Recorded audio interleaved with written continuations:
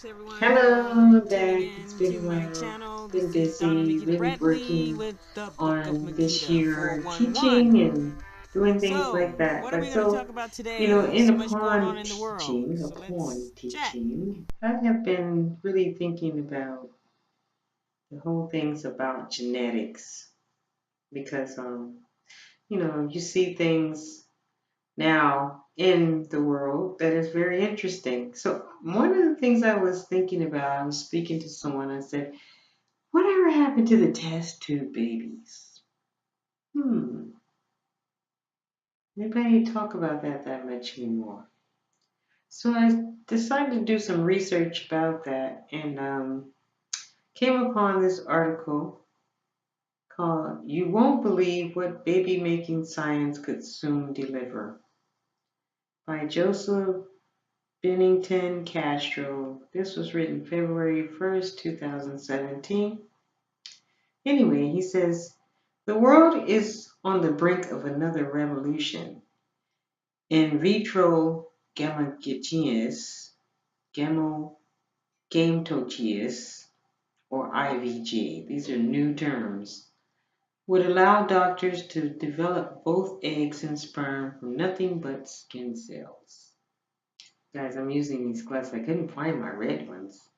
These don't really help me, so forgive me if I have a hard time with this reading. In 1978, Louise Brown helped users in a reproductive revolution when she became the first test tube baby. That was in 1978.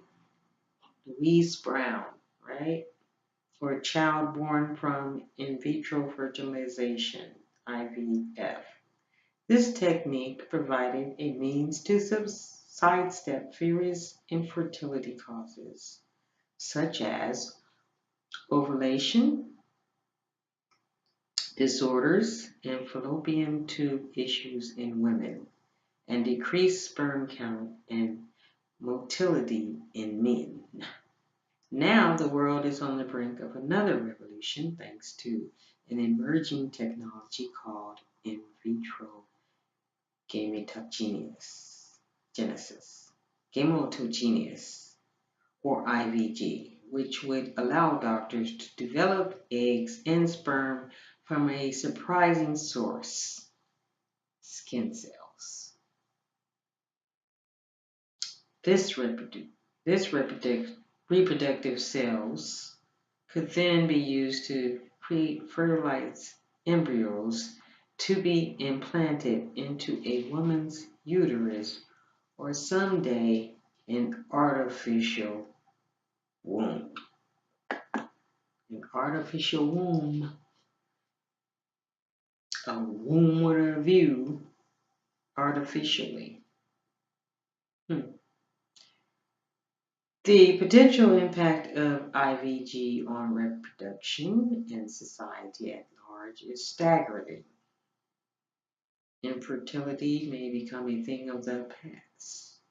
Same-sex couples could have children that are biologically related to both parents. What? And I struggled on that one. Wait, the potential impact of IVG on reproduction and society at large is staggering. Infertility may become a thing of the past. Same-sex couples could have children that are biologically related to both parents. And the world may eventually see children born with a single genetic parent of more than two genetic parents. It will create an option for people who have no options, says Kyle Orgwig, a reproductive scientist at the University of Pittsburgh. So that's what he says. And I'm not going to read the rest. I will post the article in the comments. And I will say this. Yeah, what happened to the test tube babies? And in the world today, if we really think about if they've gotten to the point of being able to use skin cells to create another human, where are we headed to? Like, what is the whole purpose of recreating humans? Is there something going on genetically where the natural order of things have been disrupted? You know? I mean, the whole thing of people communing together as two people, as a couple to procreate, um, doesn't seem to be an issue anymore. It's like you can choose, you know. You can say, you know, I'm going to go and just find the best sperm and not worry about the relationship of a man. Or, and so that brings up the question of how is that going to affect the children born this way? And you know what? Have we ever, you know, all the years that I've been teaching, um, have I ever ran into a test tube baby? How would I know? I mean, if it's gotten to the point where you can actually create another human being, where happened to the test tube babies? You know, this could be a lot more in depth as far as the research, but it's more about a question. And so, what do you guys think? I mean, what happened to the test tube babies?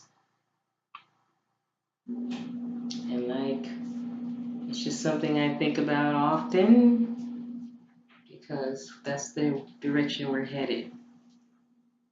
That creation is different now and it's becoming more human.